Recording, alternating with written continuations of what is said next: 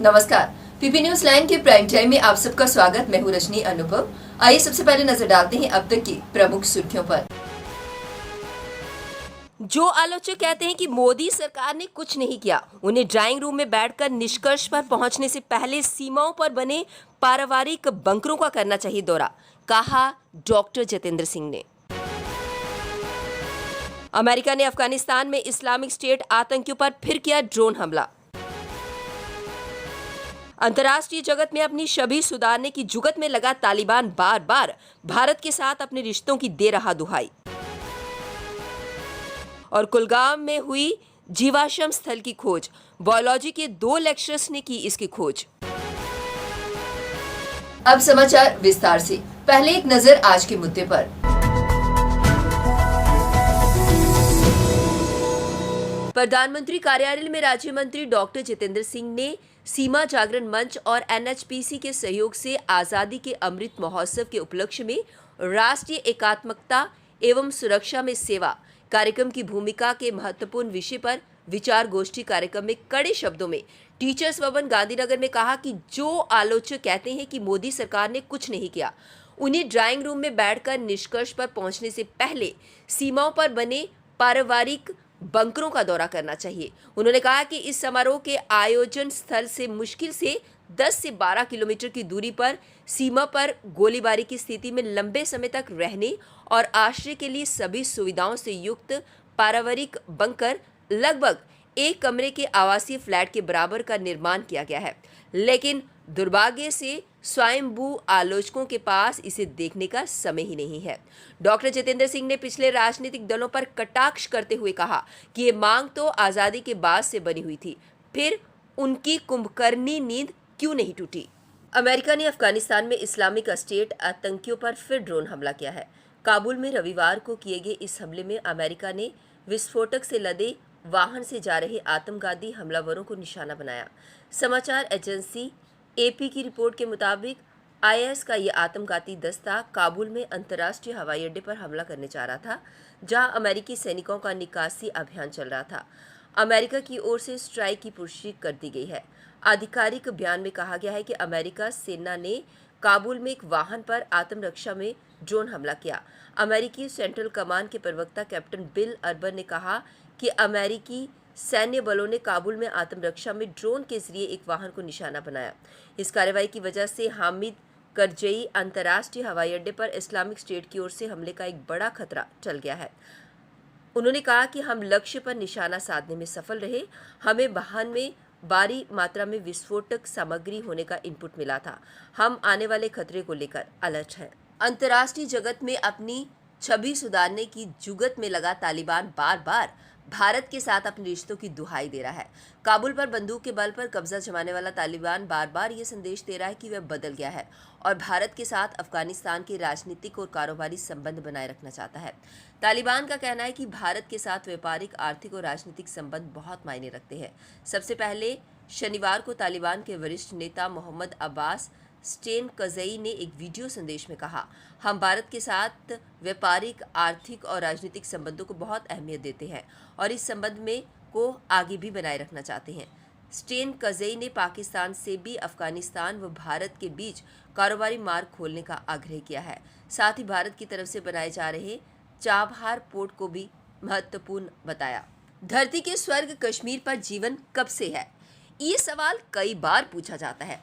अब इसका जवाब जल्द मिलने की उम्मीद की जा सकती है, क्योंकि दक्षिण कश्मीर के अहरबल में 2 से 3 वर्ग किलोमीटर क्षेत्र में फैले जीवाश्म स्थल का पता चला है। कहा जा रहा है कि ये जीवाश्म 40 करोड़ वर्ष या उससे भी पुराने हो सकते हैं। इस जीवाश्म स्थल की खोज अचानक हुई और वह भी बायोलॉजी के 2 लेक्चरर ने की। जम्मू कश्मीर स्कूल शिक्षा विभाग में बतौर लेक्चरर कार्यरत मंजूर जावेद और डॉक्टर रऊफ हमजा घर से औषधीय पौधों की खोज के लिए निकले थे, लेकिन जीवाश्म खोज लाए।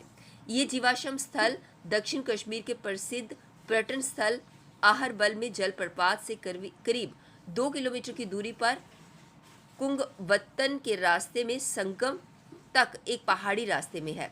मंजूर जावेद और डॉक्टर रऊफ स्कूलों में औषधीय वाटिका स्थापित करने के लिए जारी अभियान में सक्रिय भूमिका निभा रहे हैं। स्कूलों में औषधीय वाटिका तैयार करने का कार्यक्रम करीब 5 साल पहले तत्कालीन जम्मू कश्मीर राज्य सरकार ने शुरू किया था।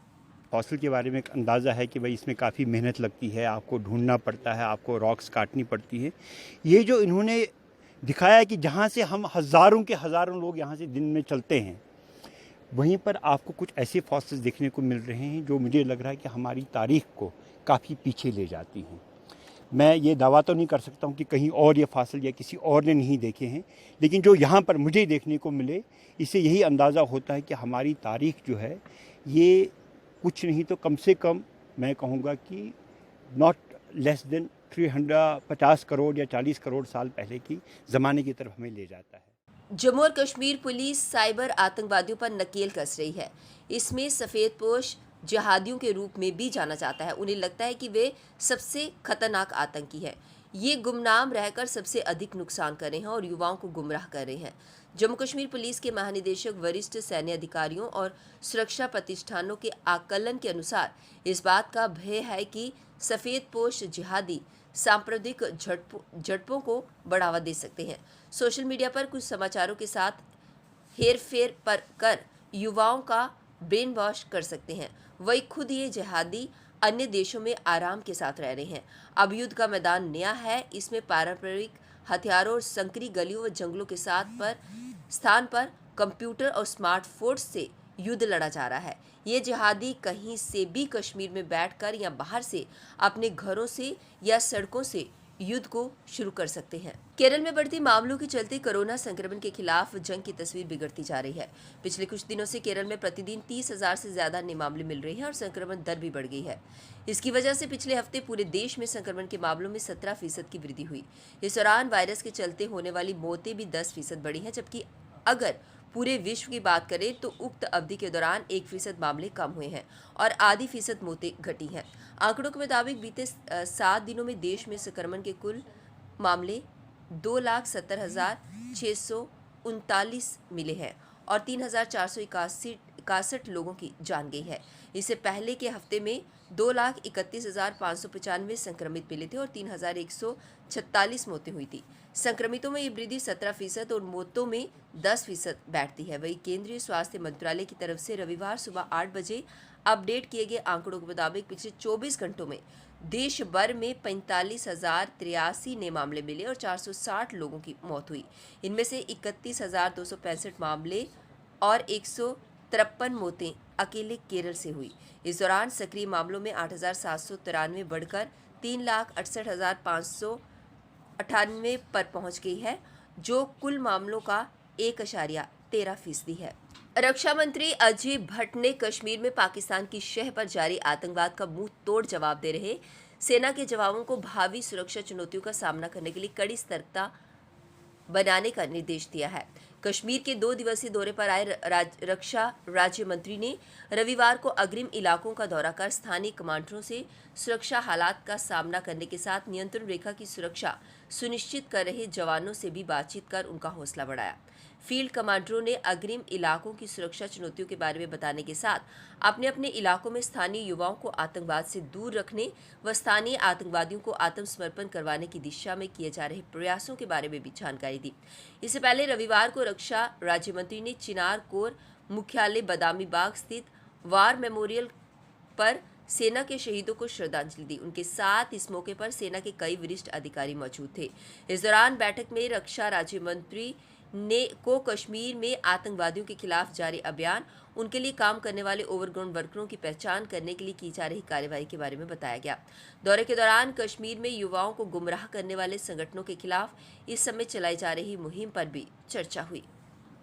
जिला अस्पताल में 2 दिन की बच्ची को छोड़ने की घटना को अभी लोग भूले भी नहीं कि रविवार को मां की ममता और मानवता दोनों को शर्मसार करने वाली घटना ने उधमपुर वासियों को झकझोर कर दिया।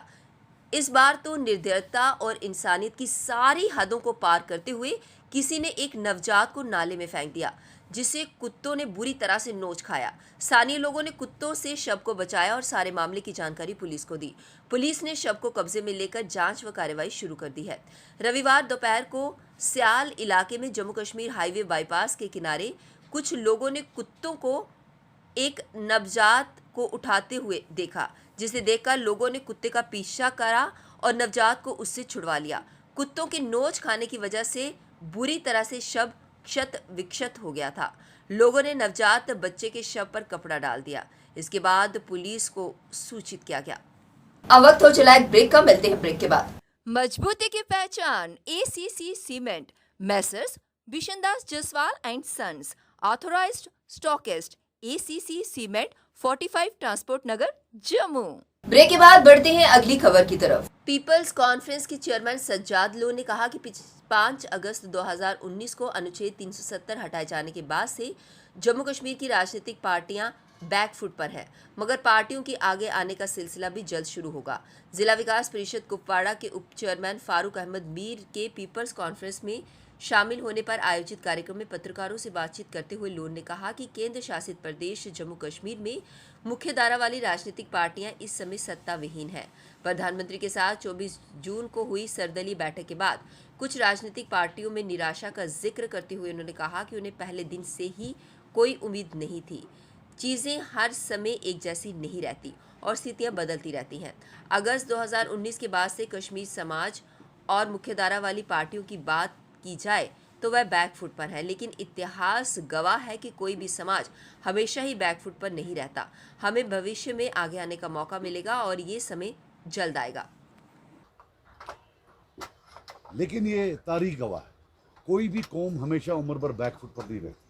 हमारा भी फ्रंट फुट पर खेलने का टाइम आएगा इंशाल्लाह, बहुत जल्दी आएगा, ऐसी कोई बात नहीं है। बट लीडरशिप का चैलेंज ये होता है, leadership can't afford to act in a manner कि जिससे उसके कौम को नुकसान पहुंचे। कौम को बचाना भी एक लीडरशिप स्किल होती है। सबसे बड़ा स्किल होता है अपने नौजवानों को बचाना, अपनी कौम को बचाना। और patience it's a long game. Nothing started on August 5 and nothing ended on August 5. Things will go on, politics will go on. विधानसभा चुनाव को देखते हुए महबूबा मुफ्ती नए अंदाज में जम्मू संभाग के दौरे पर आएंगी।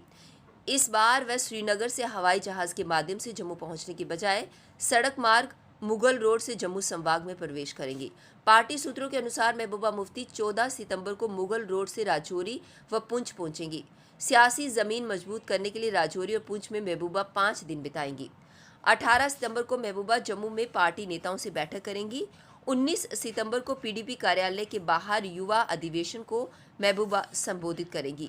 20 सितंबर को महबूबा नगरोटा, सांबा और कठुआ में भी बैठक करेंगी। पीपी न्यूज लाइन के प्राइम टाइम के आज के इस अंक में बस इतना ही। मुझे और मेरी पूरी टीम को दीजिए इजाजत और आप देखते रहिए पीपी न्यूज लाइन। नमस्कार। जम्मू में आई टेस्टिंग की साइंटिफिक और मॉडर्न टेक्नोलॉजी के लिए हमेशा याद रखें जेम ऑप्टिशियंस, जहां पर रखा जाता है आपकी हर जरूरत का ख्याल। Gem opticians with the facility of eye exercise, A scan, biometry, pachymetry और ऑटोमेटेड फील्ड एनालाइजर। और हाँ, हमारे यहाँ बढ़िया क्वालिटी के ब्रांडेड स्पेक्टिकल्स, सनग्लासेस और कॉन्टेक्ट लेंसेज मिलते हैं। आपका भरोसेमंद एक ही नाम, Gem Opticians, Gandhinagar. Gem Opticians, Nai Basti. Gem Opticians, Amphalla. Gem Opticians, Trikuta नगर।